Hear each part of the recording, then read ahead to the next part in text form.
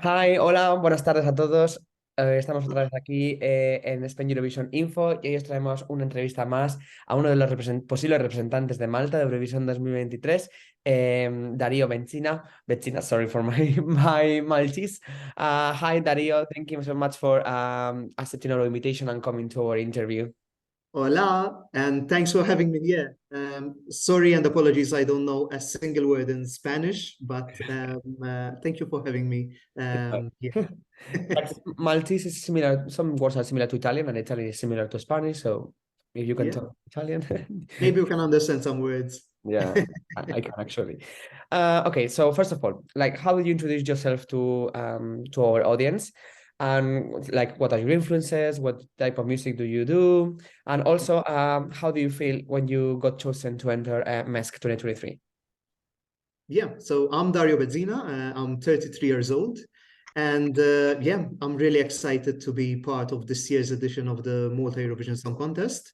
The genre that describe myself, basically, I'm quite open to different genres.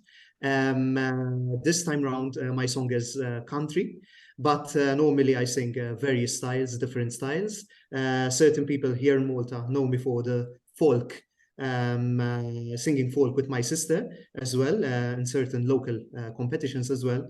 But I sing various genres, and I love experimenting with different music. And as I said, I'm really excited to present Bridal Road for this year's Malta Eurovision Song Contest. It's written by Charlie Mason, who also wrote Rise Like a Phoenix, and Martin, Alan Mark, and Darren Michaels as well. So I'm really looking forward for the people to get to hear the full version of Bride the Road. Yes. So, yeah, do you want to ask, Franz? Yes, I want to ask about a song, which is very melancholic and empowering song with deep lyrics. Can you tell us about the songwriting process? What the song means to you? Yeah, so basically, at first I got to hear the melody line of the music of the song, and I really loved the music, and I felt that I fit really perfectly in the style of music. Then obviously we brainstormed about the lyrics and the process of the lyric writing, and basically it's a very nostalgic song. It speaks about my childhood and how we should appreciate the little things in life, because obviously Wow. it would be really hard to go back and experience the experiences I experienced in my childhood. So yeah, it means a lot to me, and it's a song really close to my heart. I like the message. Yeah, nice. Good. So, as we know, Malta, like, Eurovision Song Contest will happen. The final will happen on the 11th of February, but you're Yes. performing tonight on the second quarter final, on the second episode. And we know that this performance has been recorded, and it's only like to focus on the singing and the voice. But what sort of performance can we expect from you if you end up going to the semi-final and final of Malta Eurovision Song Contest 2023? Yeah, as you may appreciate, we will get to know the results on the 3rd or 4th of February. So Yeah. there's no time to prepare after the results are announced. So every singer is currently preparing for the semi-final. And yeah, we're focusing still mainly on the vocals, but we're preparing something very touching when it comes to visuals. And I really hope you will get to see it if I make it to the semifinals. So I can't reveal much, but we're in the process of presenting something very touching to the audience. So stay tuned. And let's go beyond. Let's see that you win your national final and you go to Eurovision. Will you keep the performance the same, or will you have to make changes? Or you have some changes in mind to be done in case you go to Liverpool? In my opinion, I'm going to present the song to keep it as is. So I'm putting a lot of effort so that the performance that you will see in the final, if I get to the final, I'm aiming to keep it as is, but unfortunately, it is up to the discretion of the PBS to change. So I'm doing my best to keep the performance as is, and obviously, if the people love it and the judges will vote for it, I will be the first person to stay strong and try to keep it as is. But I'm always looking for criticism. So if there are things that could be changed for the better, I'm here obviously to listen to the fans, and we make it work. Nice. Good. Nice. So, as we know, you are amongst like some strong other contestants this year. As you said that you are like Malta is a small country, and it's not a competition at all between of you, because you know you are friends with the rest. But there are really big names like as Brooke, Aidan, or Maxine this year. Aidan being like the second runner-up last year, for example. How do you feel about the competition this year and about competing with such a big names and songs? Yeah, I mean, as you said, it's a healthy competition, I must say. But obviously, it's very early to say, since obviously we still need to hear the full versions of the songs. Obviously, I appreciate the fact that obviously fans start doing their top 40 from the tiny snippets that they were published online. But yeah, it's too early to say who's going to win. But yeah, there are clear favorites with the fans, so we'll see. Yeah. And what about your relationship with Eurovision? Do you watch Eurovision normally? Yes, I mean, I've been following Eurovision since 1997. But to be honest with you, I never missed one single edition. And in fact, I went to Eurovision as a fan 3 times. Wow.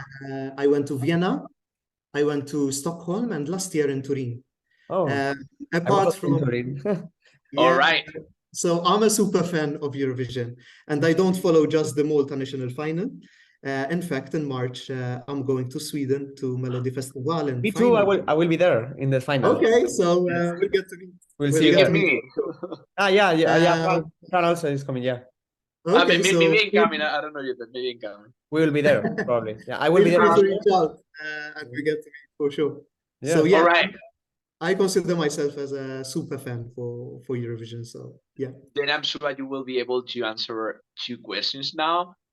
Which Okay. is your favorite entry from Malta, and then your favorite entry in general from all of the countries? If you have one, it's very difficult because as a fan, as a Eurovision fan, Yes. I'm not able to answer it. But what comes to your mind now?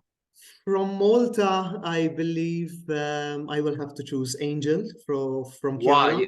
2005. Yes. Why? I mean, we were, well, speaking about the song, it's a powerful ballad. Yeah. It shows the vocal capabilities of Chiara. It was And amazing. we were so close, even in 1998. That was a thriller. Chiara is also Lost my it. favorite. Chiara is my favorite Maltese For it. singer also. Yeah. Like all her 3 entries, like the one that I love, Angel, and What If What If, or the last one, I was like, oh, she's amazing. Like her voice is amazing, and her songs are so like deep, and I don't know, I got goosebumps every time she performs. Yeah. So yeah, from Malta, I have to choose Angel from Chiara. With regards to the overall Eurovision of all times, as you said, France, it's very difficult to pick one. But if I had to really pick one, I will choose Jamala, 1944. I was there.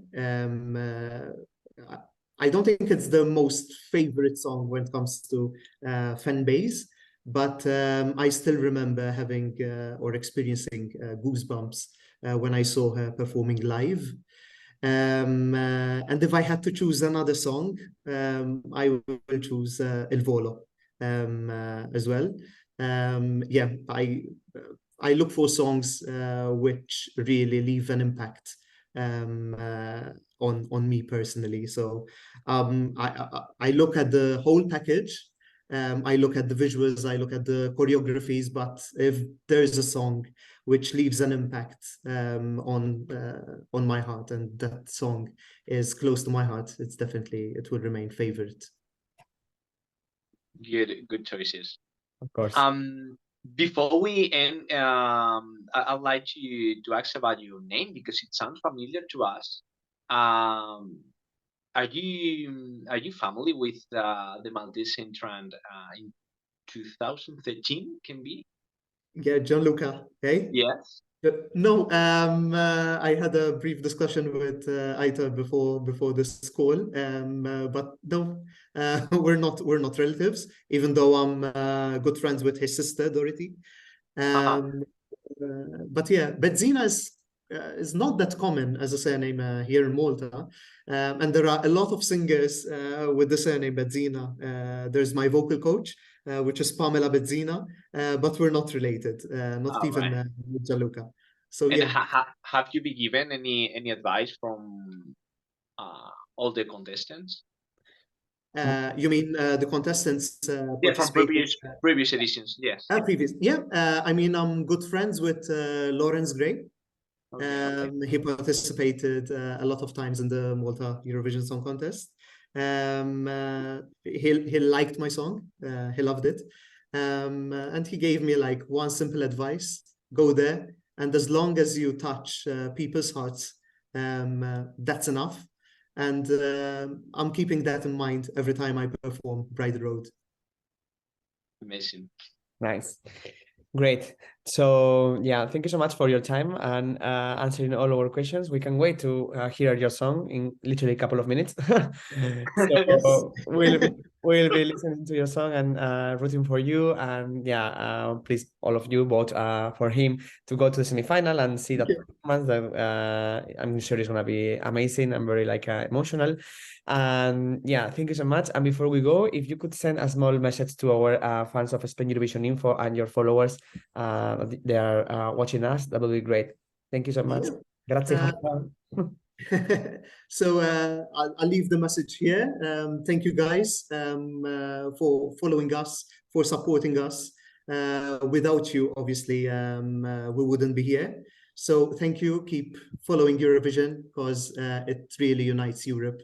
And this is why we're doing this, to have fun and share the love. Thank you, guys. Thank you. Thank you so much. Thanks.